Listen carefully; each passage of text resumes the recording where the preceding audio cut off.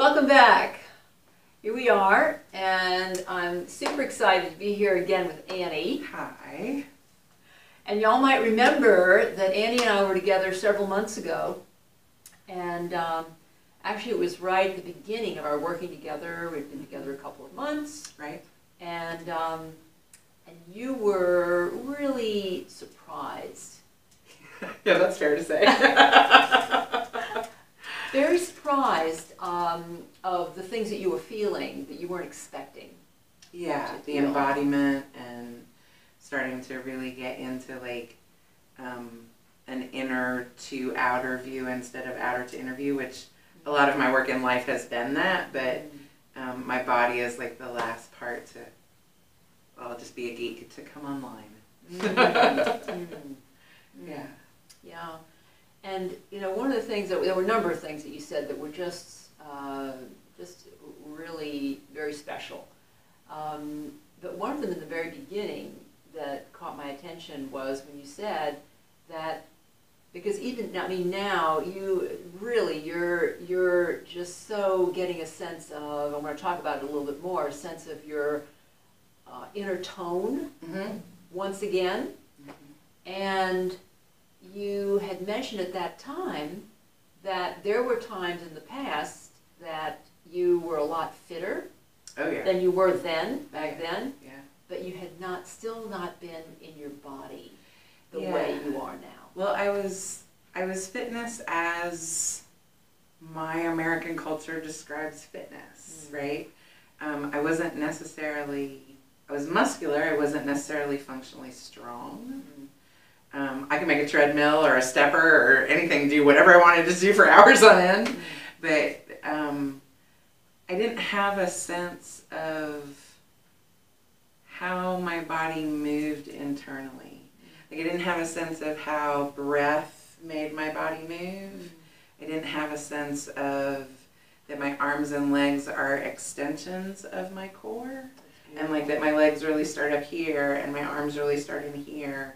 And it's not like I'm not pieces and parts that are made to move from something, but that I'm a one unit movement. And I didn't have really any concept of that the last time we were together this way. Gorgeous. You know, something I'm thinking that we hadn't talked about right now, but I would love for you to have people just kind of have a sense of how you sense the counting breath, and how that, I'd like you to say a little something. I mean, I was amazed this week we had our session, and I watched you on the reformer, just so connected, so deep, when you were in your counting breath, and everything was just so. Well, one of the images that you gave me with counting breath too helps a lot with that is, like, so counting breath for me is one of the first times outside of singing, which was not a whole body experience for me, that like this part of my body comes alive some, right? We've talked about like this is the part of my body that from trauma and all kinds of stuff is just the part of my body that has been the most resistant to waking up and coming online. And I think that's part of it. And I'm sorry, I'm losing my train of thought. Help me. What did you just ask me? Counting breath. Counting breath. Okay, thank you. So counting breath is one of those that, like, I have a lot of experience with yoga breathing and singing breathing and that kind of stuff. So it was one of those things that was like, oh yeah, counting breath, I got this. But then, like, a month later I had it different, and a week later I had it different, and a month later I had it different again and again. Because it's one of the things you told me about, like, fascia, and how we really are one thing, and like muscle is fascia that's in a different form, and bone is fascia that's in a different form, right? And we're all a stretchy one thing. And so counting breath feels like shrink wrap, right? Like counting breath brings all of my body together in a way that like it has all of the lift of the front and all of the relaxation yet stability of the back. And it feels like I'm just like somebody stuck one of those little vacuum things into me and I'm just sucking in from there. And that's the part of my body that it just hasn't been that enlivened. And it needs it and it wants it and it's starting to feel that trust with it. But counting breath is one of those things that brings me into the inside of my body and helps me see how things, like, I want to use like locomote. I don't know if that's a word, but how you come out of it into movement. Wow. Wow. Could you show just a moment what it feels like to you to go to the end of your exhale and allow your inhale to be a reflex? Sure. So it's not a big doing thing. Yeah, that's an interesting thing, right? Because it's not a, to me, it's not a get breath. It's just open. All I do is open because I've created such a suction, right, that my body just pulls air in. Yeah, so if I go all the way out with counting breath, it looks like 1, 2, 3, 4, 5, 6, 7, 8, 9, 10, 1, 2, 3, 4, 5, 6, 7, 8, 9, 10, 1, 2, 3, 4, 5, 6, 7, 8, 9, 10, 1, 2, 3, 4, 5, 6, 7, 8, 9, 10, 1, 2, 3, 4, 5, 6, 7, 8, 9, 10, 1, 2, 3, 4, 5, 6, 7, 8, 9, 10, 1, 2, 3, 4, 5, 6, 7, 8, 9, 10, 1, 2, 3, 4, 5, 6, 7, 8, 9, 10, 1, 2, 3, 4, 5, 6, 7, 8, 9, 10, 1, 2, 3, 4, 5, 6, 7, 8, 9, 10.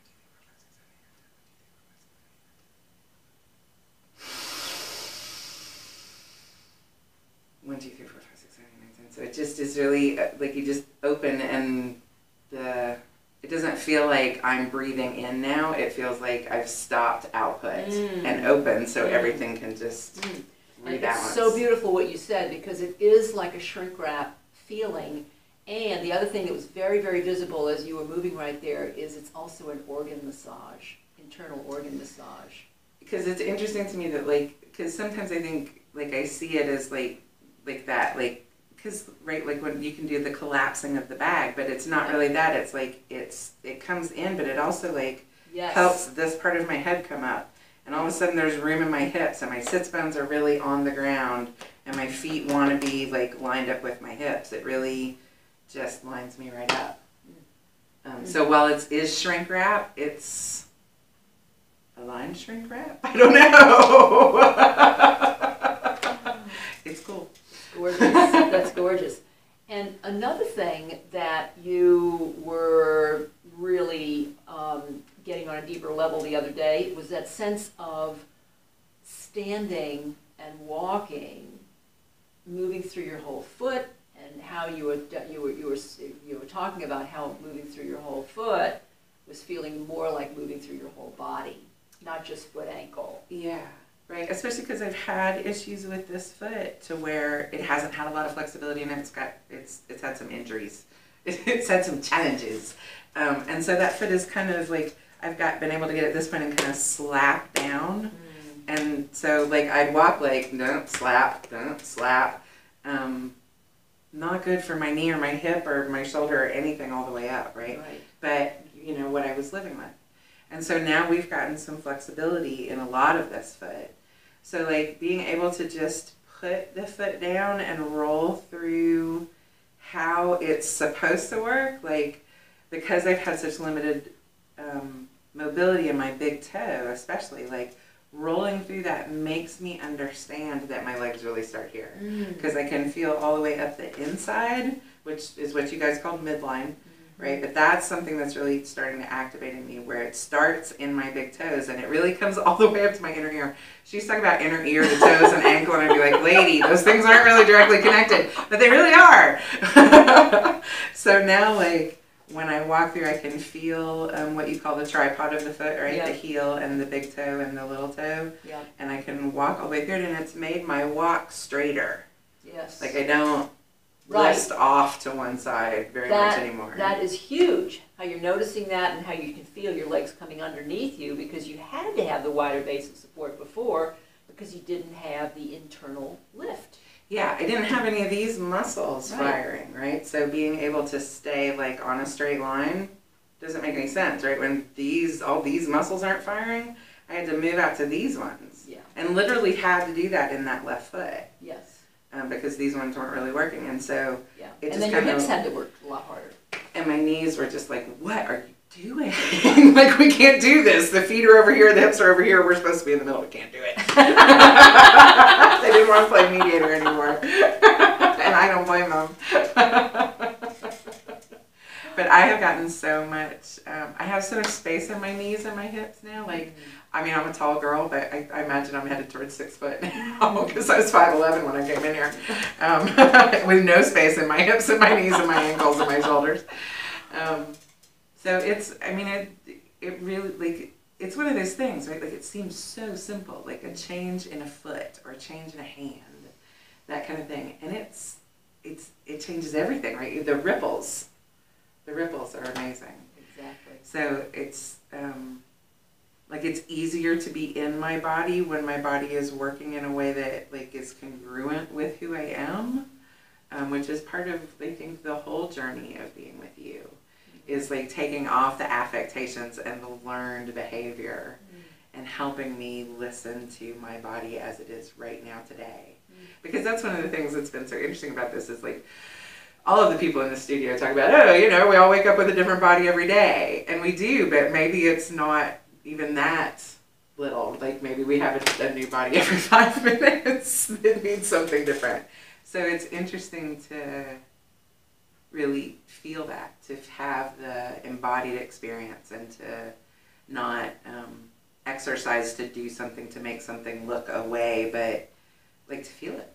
Right, and to feel how your exercise actually becomes the way that you move in life.